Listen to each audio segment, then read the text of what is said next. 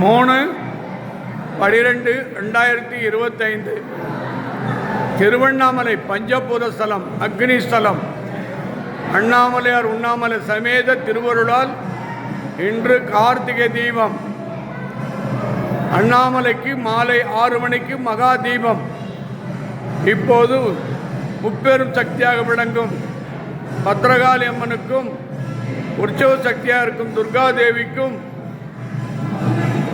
பெரும் சக்தியாக விளங்கும் துர்காதேவி அம்மனுக்கும்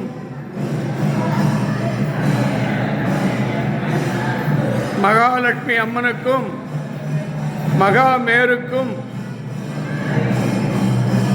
இப்பொழுது இந்த கார்த்திகை தீப திருவிழாவில் முதலில் சக்தியினுடைய அருளை பெற்ற பிறகுதான் சிவன் அருளிடத்தில் செல்ல வேண்டும்.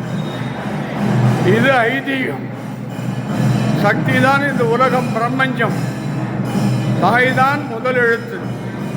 ஆகவே இந்த பூஜையில் வந்திருக்கிற அத்தனை பேருக்கும், வணங்கி கொண்டிருக்கிற பக்தர்கள், பிரார்த்தனை செய்து கொண்டிருப்பவர்கள் எல்லோருக்கும் இந்த நேரத்தில் அம்மன் திருவருளை நாம் உத்தரவு எதிர்பார்க்கிறோம்.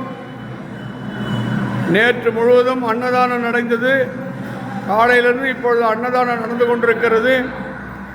இதற்கு உதவிய அத்தனை அருள் உள்ளங்களும் ஆன்மீக அருட்செல்வர்களுக்கும் ஆன்மீக பக்தர்களுக்கும் கிரிவல பக்தர்களுக்கும் என் நெஞ்சார்ந்த நல்லாசியும் நல்வணக்கத்தையும் தெரிவித்து, இந்த கார்த்திகை தீபம் ஒவ்வொரு வீட்டிலும் மகா தீபமாக ஜொலித்து உங்கள் வாழ்க்கை ஆனந்தமாக அமைந்து ஒவ்வொரு குடும்பத்தில் இருக்கிற பெண்கள் தீர்க்க சுமங்கலியாகவும் பிள்ளைகள் மக்கள் பேர குழந்தைகள் ஆனந்தமாக வாழவும் அவங்க குடும்பத்தில் இருக்கிற அனைத்து பிரச்சனைகளும் இன்றோடு தீர்ந்து இந்த மகா தீபத்தின் மூலம் அண்ணாமலையார் சமேத உண்ணாமலை அருளால் பத்ரகாளி அம்மனுடைய கருணையால் உங்களுக்கு எல்லா அருளும் கிடைக்கட்டும்.